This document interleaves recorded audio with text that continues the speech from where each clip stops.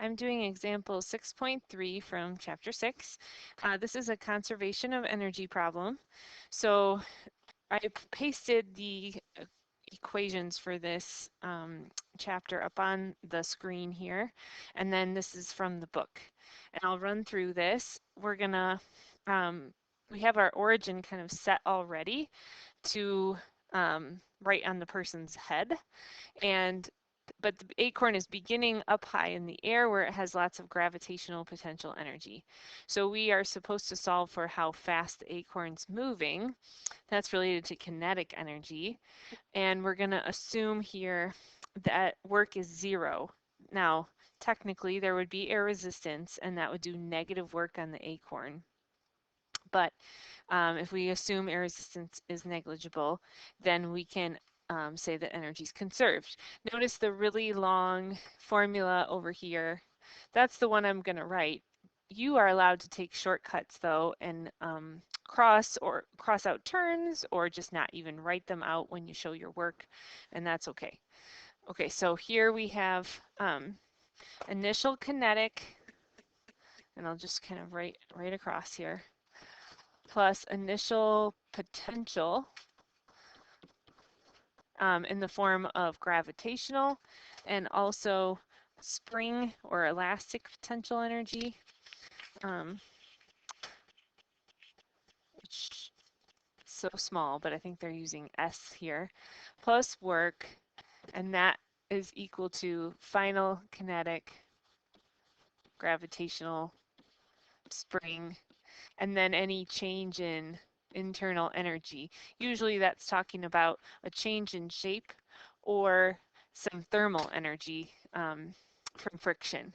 So in this case, we have no kinetic to begin with because the acorn we assume starts off from rest. So this term is 0. And then we will have some gravitational potential. And remember the formula for that is mass times our acceleration due to gravity times the position of the acorn relative to the origin. Okay, and then we have no spring potential energy really here. There's nothing stretchy involved, so we're going to cross off this term as well. And because we assume air resistance is negligible, work is 0 as well. And then by the time this thing hits this person's head, it will be moving pretty fast. So we have our kinetic energy formula, which is 1/2 mass of the acorn times its velocity squared.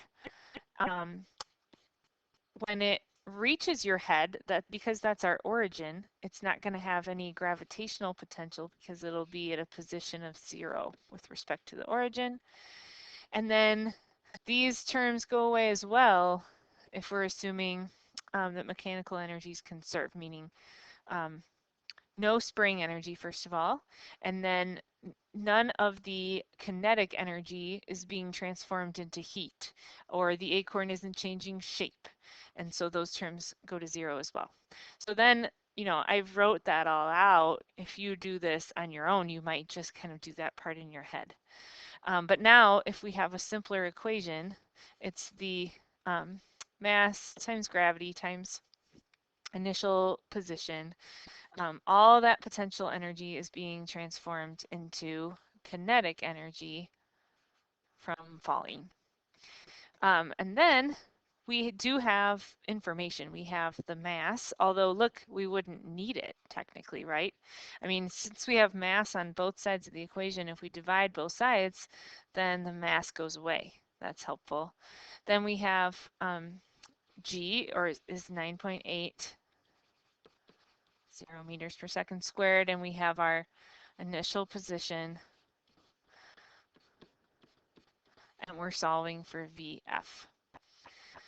So when you do the algebra here, we have about 20 on the left multiply both sides by 2. You get 40, and you take the square root of 40. And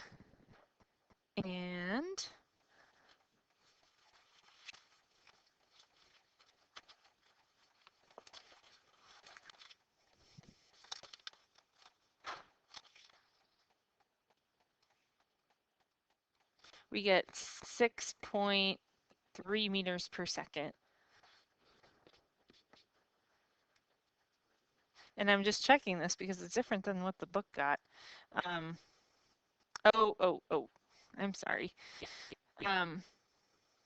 When I did my math, I messed that up. So we have to multiply both sides by 2. So we get 40 times 10 is 400. That's where I went wrong. So then we get 19.8, or if we stick around 2 sig figs, we could call it 20 meters per second, which is reasonable if we're ignoring air resistance, that it would be falling that fast. And another special message from Tom and Mary. Physics is awesome. E equals mc squared.